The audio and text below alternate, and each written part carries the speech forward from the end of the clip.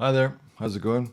Today we're going to be looking at another tune from Final Fantasy VII. This one's called Underneath the Rotting Pizza, or Under the Rotting Pizza. If you've played the game before, you know that the pizza refers to the upper plate where the elites of the game live, and under that is obviously not great, so this is the track that's playing when you first enter that.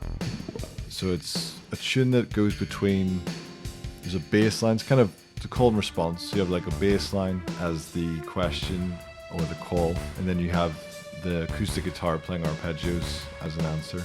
Alright, let's take a look. So we start off with this bass line, and it's based in E minor pentatonic. So starting on B, the fifth.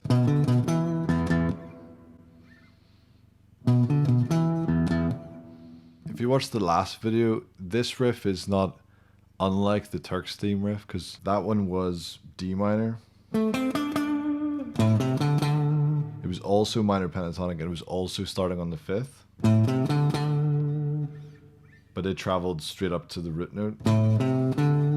Whereas this is a slight variation, so different key, but instead of going, goes back down to the fifth. But it still ends on the tonic, then drops an octave. It's nice that there's a similarity there. So we have the first arpeggio played by the acoustic guitar. So like a E minor 7.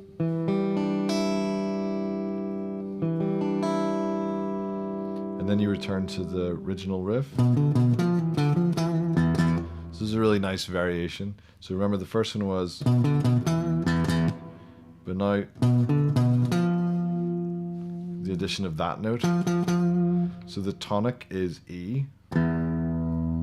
So this note is right beside it. So if I just played it together, it's not going to sound great. Right? Because it's right beside it. It's kind of like doing this. Right? It comes from the Phrygian scale, which has a flat 2. So even though we start off with E minor pentatonic,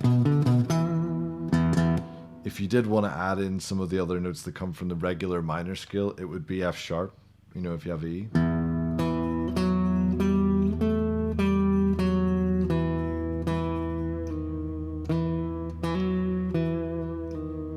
So you'd have that F sharp, not F natural. F natural is it's coming from the Phrygian scale.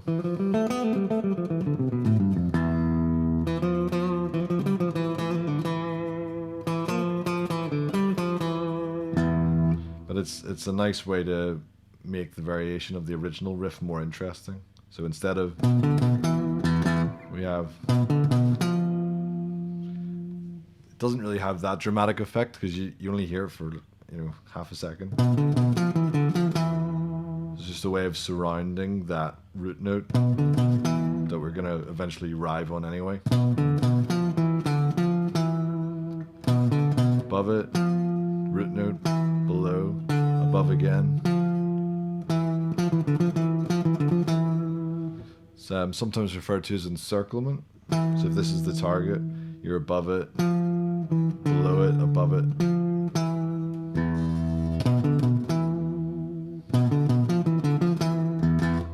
Okay, so let's move on to the second chord then. So D minor 6. And then back to the riff again. This time the first one. And then it's a little bit more hard to define this one. If we're still thinking that E's the one, then it's like an E minor,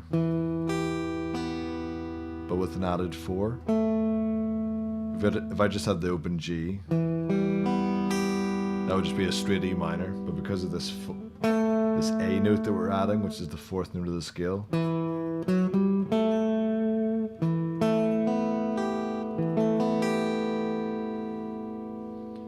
but it could also be like if A was the one, it'd be like an A7 or an an A9 without the third, which is also a nice sound. But I'm pretty sure it's like we've had all this, you know, E in your ears, so I'm pretty sure it's just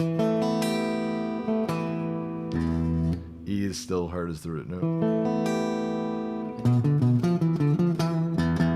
And the last one is just stacked fourths, so you have notes that are, instead of traditional kind of building in thirds, you have, it's quite difficult to play on the guitar. I mean, it's fine for chords, but it's difficult to, you know, that's hard to play melodically. It's a lot easier on the piano, but as a chord it's fine. It's like a D minor 11.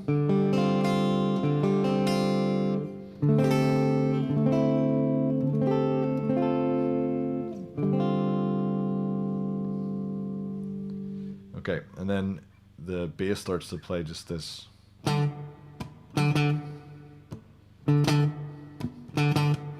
And the strings come in with this melody that I'll play on the keyboard in a second. And then that builds up. So this bass is just doing.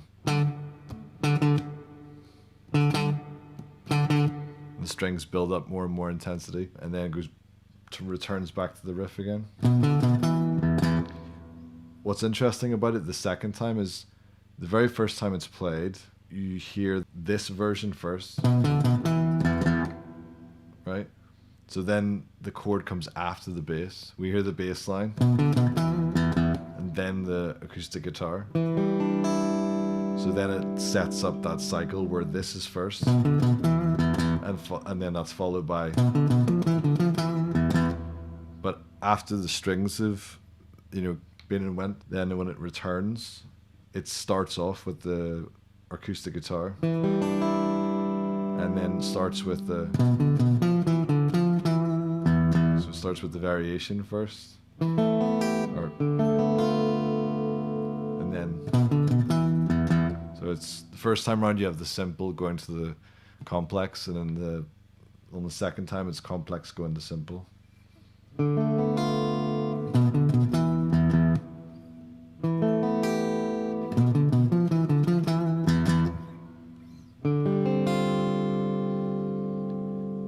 Now instead of going to the strings in D minor, now the bass goes to A, same rhythm.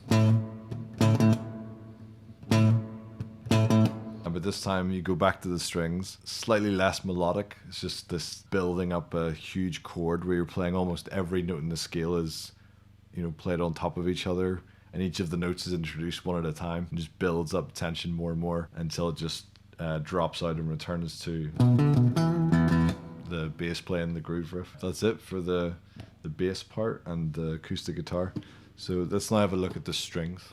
Okay, so now we're on the strings, and we're in D minor. So it's changed because the original bass riff was E minor, so your E minor pentatonic, E minor, and now we've changed to D minor, and we have D in the bass. I'd say the bass is doing that syncopated rhythm, so I'm just going to put the slow D underneath just for a reference, and then we have this melody.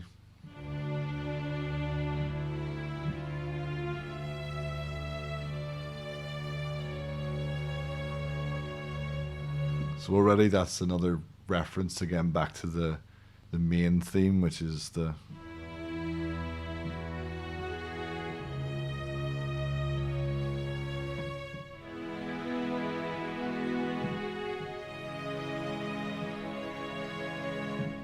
but obviously this time it's minor instead of major, and the ending just kind of trails off in quite a dissonant way.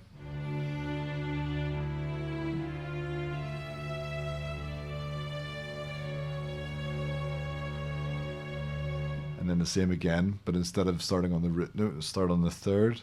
So if this is D minor, so the melody's now starting on F, and it's like a melodic sequence. So you're going to take that same idea and just shift it up a minor third.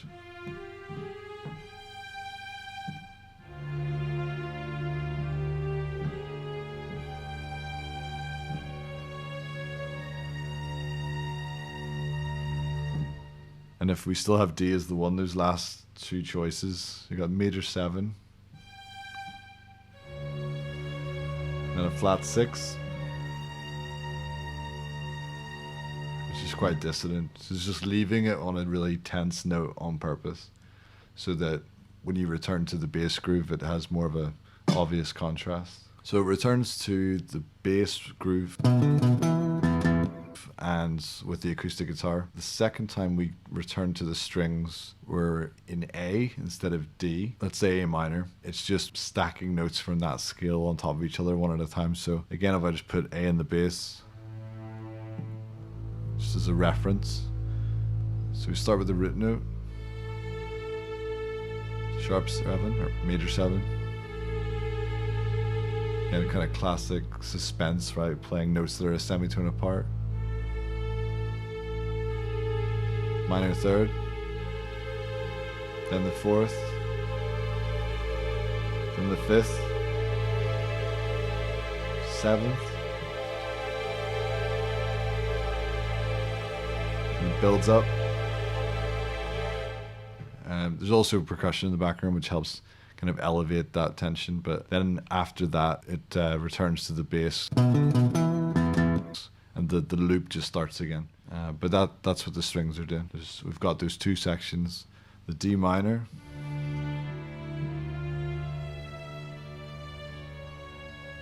and then this stacking of note, the entire scale, almost in A.